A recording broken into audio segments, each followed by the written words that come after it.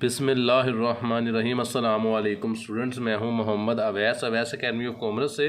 तो आज की वीडियो में हम डिस्कस करेंगे इलिस्ट्रेशन नंबर 5 को, जो कि बोनस शेयर और राइट शेयर वाला चैप्टर है बीकॉम पार्ट 2 का।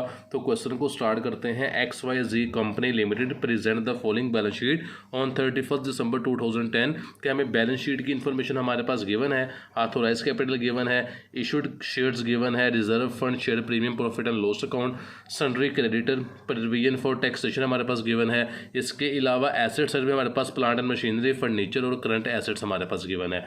नीचे फर्दर इन्फॉर्मेशन हमें ये देता है कि company purchase fresh machinery ₹1,25,000।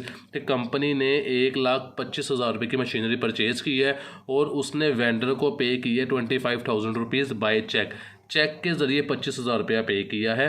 And a lot share of ₹100 each at the premium of 25 पर share for the balance amount. और जो बाकी पैसे बच गए हैं उन पैसों के उसने शेयर इशू कर दिए हैं और शेयर 100 रुपये का एक है और वेंडर को 25 रुपये प्रीमियम के ऊपर शेयर देना है। तो क्वेश्चन के साथ साथ एंट्रीज पास कर लेते हैं। सबसे पहले मशीन परचेज किया 1,25,000 की मशीन को परचेज की है, तो परचेज ऑलवेज डेबिट होती है। तो एंट्री डाल देंगे purchase account to machinery account to vendor account. ये परचेज हमारी आ गई, machinery account to vendor account 1,25,000 रुपये। उसके बाद हमने वेंडर को 25,000 रुपये बैंक में पे किया था, चेक के जरिए पे किया था। इसकी एंट्री उन्होंने 25,000 रुपये पे करने की एंट्री और जो बाकी शेयर्स अलॉट किए हैं उसकी एंट्री कंबाइंड डाली हुई है। मैं आपको सेपरेट एंट्री बता देता हूँ क्या होगी। यहाँ पे मैंने आपके लिए 3 एंट्रीज पास कर दी हैं। फर्स्ट एंट्री है मशीन परचेज करने की, machine account to vendor account. उसके बाद हमने वेंडर को 25,000 चेक के जरिए पे किए थे, तो vendor account to bank account ये 25,000 रुपये की एंट्री आ गई है। हमने टोटल पैसे उसे 1,25,000 देने थे, 25,000 हम दे चुके हैं। बाकी वेंडर को जो पैसे देने हैं वो 1 लाख बचता है। यहाँ पर मैं लिख देता हूँ 1 लाख रुपये। और 1 लाख रुपये के वेंडर को शेयर इशू करने हैं प्रीमियम के ऊपर। तो शेयर कैपिटल और शेयर प्रीमियम की अमाउंट कैसे आएगी? 1 लाख रुपये के शेयर है, यहाँ पे लिख लेते हैं 1 लाख रुपए। इसको आपने डिवाइड कर देना है, जितने का एक शेयर देना है प्रीमियम के अमाउंट को प्लस करके।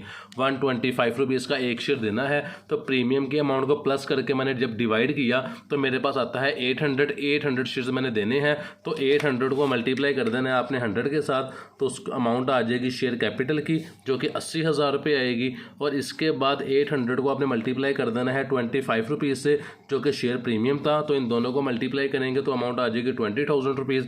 इन दोनों को प्लस कर देंगे तो यहाँ पे अमाउंट 1 लाख रुपए आ जाएगी। और यहाँ पे नरेशन लिख देनी है कि shares issue to the vendor, remaining amount के शेयर्स हमने वेंडर को इशू कर दिए हैं। बुक के अंदर उन्होंने एंट्री नंबर 2 और एंट्री नंबर 3 को कंबाइन करके डाला हुआ है। वेंडर यहाँ पे डेबिट हो रहा है, वेंडर यहाँ पे डेबिट हो रहा है। 25,000 ये, 1 लाख रुपए ये, तो उन्होंने 1,25,000 को इसको डेबिट किया हुआ है। यहाँ पे 25,000 रुपये बैंक अकाउंट, उसके बाद शेयर प्रीमियम और शेयर कैपिटल और शेयर प्रीमियम क्रेडिट हो रहा था, तो उन्होंने एंट्री के अंदर इनको क्रेडिट किया हुआ है, शेयर कैपिटल, शेयर प्रीमियम और बैंक अकाउंट को।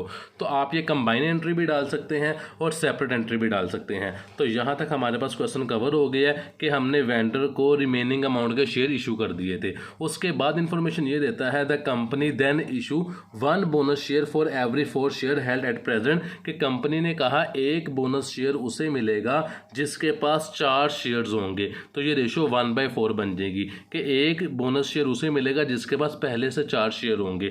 उसके बाद for this purpose to the bonus के मकसद के लिए the balance is profit and loss account. कि आपने जो बैलेंस लेना है वो प्रॉफिट एंड लॉस अकाउंट में से लेना है। एंड रिजर्व फंड में से लेना है। Are use to the necessary extent. इसका मतलब है कि आपने प्रॉफिट एंड लॉस अकाउंट से बैलेंस लेना है। कितना लेना है उसने नहीं बताया, तो पूरा प्रॉफिट एंड लॉस अकाउंट को उठा लेंगे। और अगर आपको मजीद पैसे चाहिए बोनस देने के लिए तो आप बाकी पैसे रिजर्व फंड से निकालेंगे। तो सबसे पहले हम देखते हैं कि हमने बोनस इशू कितना करना है। 1/4 हमारी रेशो बनी है। इस रेशो को अप्लाई करते हैं पेड अप शेयर्स पे। तो यहाँ मैंने लिख लिया 9,000 जो कि मेरे पेड अप शेयर्स थे। इसको मल्टीप्लाई 1/4 करेंगे तो करते हैं जी 9,000 मल्टीप्लाई 1/4। तो मैंने जो बोनस इशू करना है वो 2250, इतने शेयर्स का बोनस इशू करना है। 2250 को जब मल्टीप्लाई बाय 100 करेंगे तो ये 2,25,000 रुपये आ जाएगा। 2,25,000 रुपये का बोनस हमने इशू करना है। और इस बोनस को इशू करने के लिए जो पैसे निकालने हैं वो उसने कहा है कि आपने प्रॉफिट एंड लॉस अकाउंट में से निकालने हैं और रिजर्व फंड में से निकालने निकालने हैं। तो सवाल ये पैदा होता है, मैंने ऊपर बता चुका हूँ कि प्रॉफिट एंड लॉस से कितने पैसे निकालने हैं। तो प्रॉफिट एंड लॉस को हम टोटल उठा लेंगे जितने भी बैलेंस शीट में पड़े हुए थे, और अगर मजीद पैसे चाहिए होंगे वो रिजर्व फंड में से निकालेंगे। तो टोटल 2,25,000 रुपये का हमने बोनस इशू करना है। बोनस इशू करने की एंट्री होती है डिक्लेयर करने की, profit and loss appropriate account debit, reserve fund account debit, bonus to share holder account. 2,25,000 रुपये नीचे आपने लिख देना है जो मैंने अभी वर्किंग की है रजिस्टर के ऊपर। इसके अलावा अमाउंट ऊपर वाली कैसे आएगी, प्रॉफिट एंड लॉस हमारे पास क्वेश्चन के अंदर गिवन था 1,20,000 रुपये, ये वाली अमाउंट। तो ये 1,20,000 रुपये की पूरी अमाउंट को उठा के हम लिख देंगे प्रॉफिट एंड लॉस के आगे। 2,25,000 के अंदर से 1,20,000 को माइनस करेंगे तो बाकी अमाउंट बच जाएगी 1,05,000 रुपये। ये 1,05,000 रुपये हमने रिजर्व फंड के अंदर से निकालना है। ये प्रॉफिट डिक्लेयर कर दिया। डिक्लेयर करने के बाद इशू करने की एंट्री होती है bonus to share holder account to share capital account. 2,25,000 उठा के नीचे लिख देंगे। तो यहाँ तक हमारी जनरल एंट्रीज कंप्लीट हो चुकी है। इसके बनानी है हमने बैलेंस शीट। तो बैलेंस शीट में सबसे पहले ऑथोराइज कैपिटल सवाल की बैलेंस शीट के अंदर से 20 लाख रुपीज़ उठाएंगे और यहाँ पे बैलेंस शीट के अंदर लिख देंगे। उसके बाद हमने लिखना है इशूड, जिसका दूसरा नाम था सब्सक्राइब या पेड अप शेयर्स। ये किस तरह निकालेंगे, हमारे पास अगर मैं यहाँ पे वर्किंग करूँ तो सवाल के अंदर हमारे पास बैलेंस शीट में 9,000 शेयर्स पड़े हुए थे। इस 9,000 शेयर्स ये लिखे हुए थे बैलेंस शीट के अंदर क्वेश्चन की। इसके बाद हमने शेयर्स इशू किए थे वेंडर को, और वेंडर को शेयर इशू किए थे हमने 2,250। तो यहाँ पे मैं लिख लेता हूँ 2,250 वेंडर को शेयर्स दिए थे।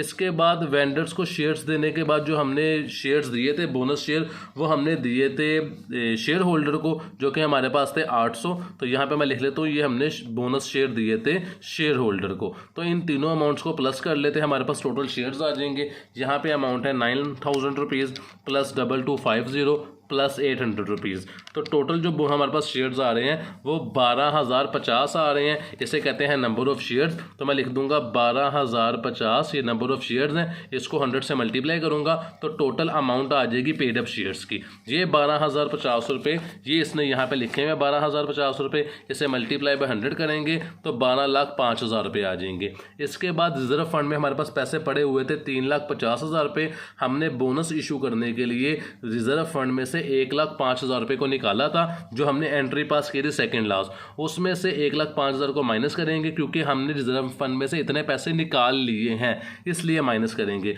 तो रिमेनिंग अमाउंट 2,45,000 2,45,000 रुपये बच जाएगी। शेयर प्रीमियम की अमाउंट हमारे पास क्वेश्चन में थी जी, कितनी गिवन थी शेयर प्रीमियम की अमाउंट, 50,000 रुपये। 50,000 रुपये शेयर प्रीमियम की अमाउंट थी। ये देखें शेयर प्रीमियम की अमाउंट 50,000 रुपये थी। इस 50,000 रुपये को हम लिख देंगे यहाँ पे, ये मैंने लिख दिया 50,000 रुपये शेयर प्रीमियम की अमाउंट। इसके अलावा हमने जब शेयर्स इशू किए थे वेंडर को, तो हमने वेंडर को शेयर्स दिए थे प्रीमियम के ऊपर। ये जो मैंने सेकेंड एंट्री पास की थी, ये देखें जी, हमने शेयर्स इशू किए थे प्रीमियम के ऊपर और प्रीमियम मिला 20,000 रुपये। ये 20,000 रुपये प्रीमियम हमें मिला था, इसलिए यहाँ पे इस अमाउंट को प्लस किया हुआ है शेयर प्रीमियम के अंदर। ऊपर 1,05,000 को माइनस इसलिए किया था रिजर्व में से पैसे निकाले थे, और यहाँ पर प्रीमियम को ऐड इसलिए किया है, ये शेयर्स हमारे ये प्रीमियम हमें रिसीव हुआ है 20,000 रुपये। इन दोनों को प्लस करेंगे 70,000 आ जाएगा। इसके अलावा लाइबिलिटी में क्रेडिटर हमारे पास गिवन थे 95,000 के क्वेश्चन के अंदर, वो यहाँ पे लिख देंगे। इसके अलावा प्रोविजन फॉर टैक्सेशन सवाल में गिवन थे 80,000 रुपये, उस दोनों को यहाँ पे लिख देंगे, क्रेडिटर को भी प्रोविजन को भी, इन सबको प्लस करेंगे। हमारे पास 16,95,000 हमारे पास अमाउंट आ जाएगी, जिसे 16,95,000 कहते हैं। इसके बाद हमने एसेट्स वाली साइड पे वर्किंग करनी है। प्लांट एंड मशीनरी हमारे पास थी 8,80,000 रुपये की, 8,80,000। इसके अंदर जो मशीनरी परचेज की थी 1,25,000 की, वो प्लस कर देंगे। वो प्लस करेंगे तो अमाउंट आ जाएगी 10,05,000 रुपीज़। इसके अलावा फर्नीचर की अमाउंट एज इट इज़ आ जाएगी। स्टॉक हमारे पास 4 लाख का था। डेटर हमारे पास 1,10,000 के थे। बिल रिसीवेबल हमारे पास 20,000 का था। बैंक में हमारे पास क्वेश्चन के अंदर अमाउंट गिवन थी 85,000। ये देखें ये वाली अमाउंट यहाँ पे लिख लेंगे। इसमें से जो हमने चेक के ज़रिए मशीन की पेमेंट की थी पहली एंट्री में, सॉरी दूसरी एंट्री में, जो 25,000 रुपये हमने मशीन का पे किया था वेंडर को, वो हमने पे कर दिया था, तो इसे माइनस कर देंगे। बाकी अमाउंट बचती है 60,000 रुपीज़। इसको भी टोटल करेंगे 16,95,000 आएगा। दोनों आंसर हमारे टैली हो गए हैं बैलेंस शीट के। क्वेश्चन यहाँ पे मुकम्मल हो गया है। इंशाल्लाह नेक्स्ट वीडियो में मुलाकात होगी, तब तक के लिए ख्याल रखिएगा। अल्लाह हाफिज़।